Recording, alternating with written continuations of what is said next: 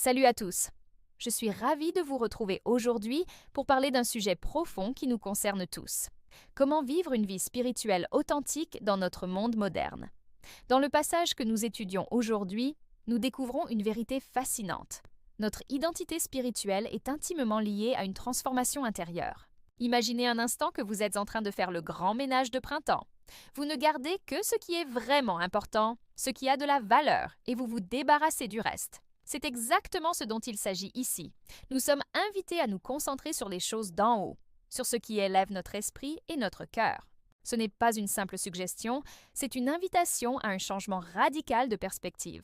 Parlons concrètement. Quand le texte nous parle de mortifier nos tendances négatives, il ne s'agit pas de s'infliger des souffrances physiques, absolument pas. Il s'agit plutôt d'une discipline spirituelle, d'un choix conscient de cultiver ce qui est bon et constructif dans notre vie.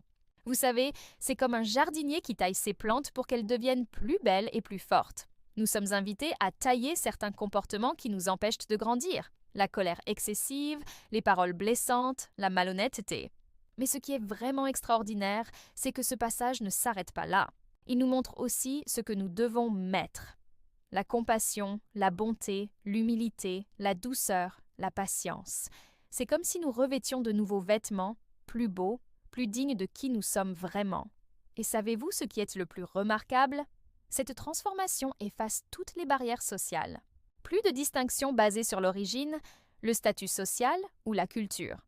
Nous sommes tous unis dans cette nouvelle identité. La clé de tout cela? L'amour. Pas un amour superficiel, mais un amour profond qui nous lie les uns aux autres. C'est cet amour qui nous permet de nous pardonner mutuellement, de nous supporter les uns les autres, de créer une communauté authentique. Alors, comment mettre cela en pratique aujourd'hui? Commencez petit. Choisissez une qualité positive à cultiver cette semaine. Peut-être la patience dans les embouteillages ou la gentillesse envers quelqu'un qui vous irrite.